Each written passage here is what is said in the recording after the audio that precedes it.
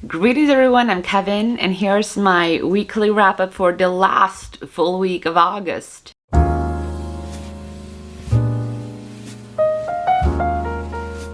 So this week I managed to read 5 books. 3 of these books I read also for my 48-hour reading challenge. The vlog is up there if you want to check that out. And the first book that I read for the reading challenge was SMS från Soppero by Ann-Helén Laestadius. This is the story of a teenager called Agnes. She is a Sámi girl living in Stockholm, and she suddenly gets a text message from a boy in Soppero, and Soppero is very far north of Sweden, and this is kind of like her story of how she kind of navigates her own identity as being indigenous in Sweden, and like this shows different perspectives and different sides of what it means to be Sámi. Like, what is it like to be Sámi in Sweden, depending on where you live? If you live in Stockholm and you don't speak fluently, or if you live in Sápmi, the northern part of Sweden that is traditionally the land of the Sámi, called Sápmi, and you do speak Sámi and you have reindeers and these cultural things, the cultural heritage is a big part of your everyday life. Like, what are the differences and the kind of things that people say and do when they find out that you're indigenous. And I gave this book 3 stars. I thought it was brilliant. I thought it was very interesting. The only reason that I gave this 3 stars and not more is because it's 130 pages, and the story in this could have been at least 200 pages. Like, that's how much went on in the book, but not a lot of things were fully developed and fully explored within the book, in my opinion. The next book that I read also for the 48-hour challenge was Stand Up Yumi Chung by Jessica Kim. I really enjoyed this. I gave it 4 stars. It was such a fun middle grade story about this girl who wants to do comedy. Like, she loves comedy, and she is a very shy girl who is very awkward, and a lot of things are just not going the way that she wants them to go. And there is some economic issues in for her parents' Korean barbecue that they have, and there are things that she has to do to stay at this prestigious private school, but what she really wants to do is comedy. And she stumbles upon a kind of a summer camp for comedy created and hosted by one of her favorite stand-up comedians on YouTube. And so she's like, I need this, and it felt like it really helped her. But the thing is, the woman, the comedian, thought that this girl was someone else. And so Yumi has to spend a long time basically pretending to be someone else while she's at this summer camp for comedy. So we have her struggling with her everyday life as Yumi, while also struggling to keep her identity secret as she's pretending to be someone else doing the comedy. I thought it was fun. I thought it was sweet and stuff. My main issue with this was that I didn't know about the secret identity or the identity mix-up before going into the book, because it doesn't say anything about that on the back or in the synopsis or anywhere. So I wasn't aware that it had that element, which is something that I don't really think it's not as fun for me as other people love that trope. I don't.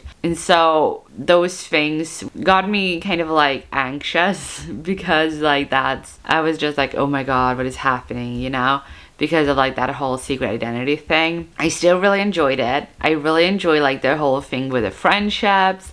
Yumi is beautiful and her sister is amazing as well. And I just all of that I really enjoyed.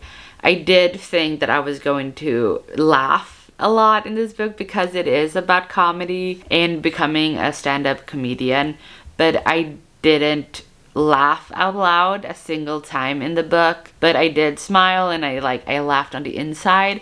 And I say this like, it takes a lot for a book to make me laugh, like full on laugh. And so me not laughing about like reading the book doesn't mean that it wasn't a funny book. It's just that it takes a lot more to make me laugh when I read or when I watch something than perhaps other people. The last book that I read for the 48-hour reading challenge is also like one of my biggest disappointments, unfortunately, of 2021 so far. And it's She Drives Me Crazy by Kelly Quindlen. I expected to love this. I expected this to be 4 stars, 5 stars. Like, I am not kidding. I would have I kind of close to just, yep, I have this, it's 5 stars. I don't have to read it, I know it's gonna be 5 stars. I read it and it's 3 stars. I was so disappointed in this. Like, oh my god. There's just so much in this. Like, I feel like this book is both 500 pages long and 200 pages long. It's less than 300. It's just less than 300. It's like 291 or something. But it feels like it's a lot longer and a little shorter than it actually is. But my main issue about this is that I was sold a rom-com, a romantic comedy, a beautiful like female love story that started off a little rocky and ended up being fake dating. And I didn't expect this to be so dramatic, and I didn't expect this to be so like dark. Like, there's a lot of things in this that with what one specific character goes through with her ex, it's dark. Like, it's dark, and it's I expected to have a great time. I didn't. I didn't. And there were just like, this kind of reminds me, unfortunately, why I think twice before I pick up a YA romance, because the characters, especially in this book, the characters were less mature than I'm used to when I read romance. Like, the romance stories that I like are usually, the characters are usually more mature, more like emotionally mature, and they weren't in this. And even though I understand what the characters were going through and how they were feeling, it wasn't enjoyable for me. Like, that's not what I came here to read, you know? I'm not saying anything bad about what they were going through. Like, I get it. I understand. Being a teenager is rough. Like, I'm not saying anything against that, but it took from my enjoyment of the book. So I gave it 3 stars. This was just not for me. The next book I read was for Tropical Readathon, and this is the opposite of She Drives Me Crazy, because this I didn't expect to love, but I did. And it's XOXO by Axie Oh. The thing is, I expected to not really love this book. I thought I was, okay, it's gonna be okay, it's gonna be fun, but not more than that, because I'm not really interested in the music industry at all. And if a book contains like that theme of the music industry, I'm not interested. And the same goes with like on TV, like a movie or a TV show that has a fictional music artist or something, a band, whatever, I'm more inclined to not watch.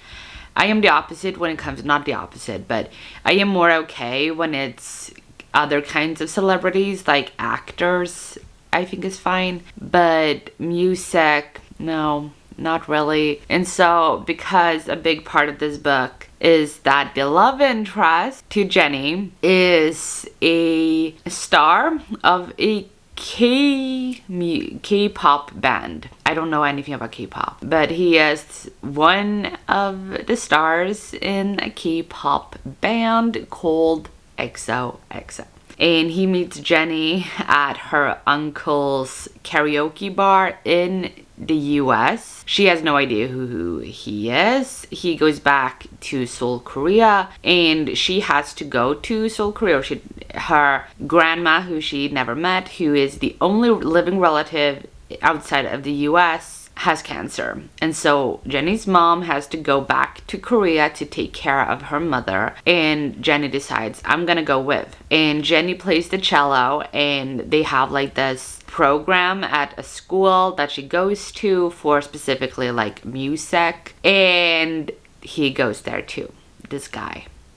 Yeah, he goes there too, and they meet, and she finds out who he is. She finds out about the K-pop band group, and she finds out that he is not allowed to date. And there's just like a lot of things in this that I thought was done so brilliantly.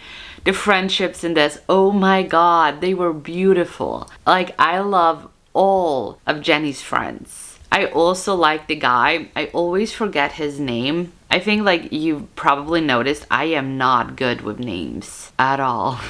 Like, I hesitated for stand-up Yumi Chung, and her name is literally in the title. So I'm gonna just check. So his name is Jeru, and Jenny finds out that he's not allowed to date, but they do it anyways. And for her, it's kind of like we're dating on a deadline, because I have to go back to the US as soon as my grandma is fine out of surgery. I have to go back to my life. And he is this star in Korea that it's like this big thing, and it's just, you know, very intriguing. I really enjoyed this. I loved like the boarding school setting of it as well.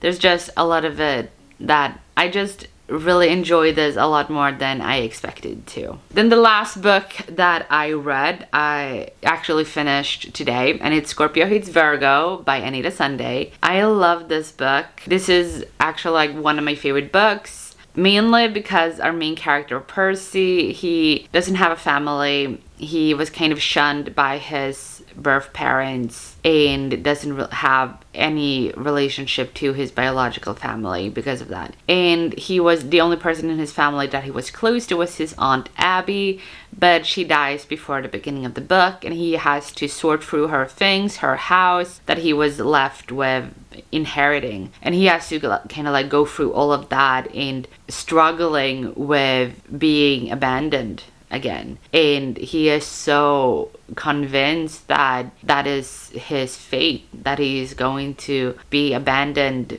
again and again and again. And I relate so much to him, which I have talked about the fact that I don't have a relationship to my parents since a while back, and I am of course also struggling with that the same way that Percy is in the book, and I relate to him a lot because of all of those issues that he has. And the relationship in this, there is like a male-male romance in this between Percy, who is openly gay, and his neighbor Cal. And I love Cal. I know that in the title it says Scorpio Hates Virgo, that it kind of implies it's enemies to lovers, but this is more like childhood enemies, in the sense that, you know, playfully, like, we don't like each other kind of thing. Not really, you know, I hate you, like, I can't stand you.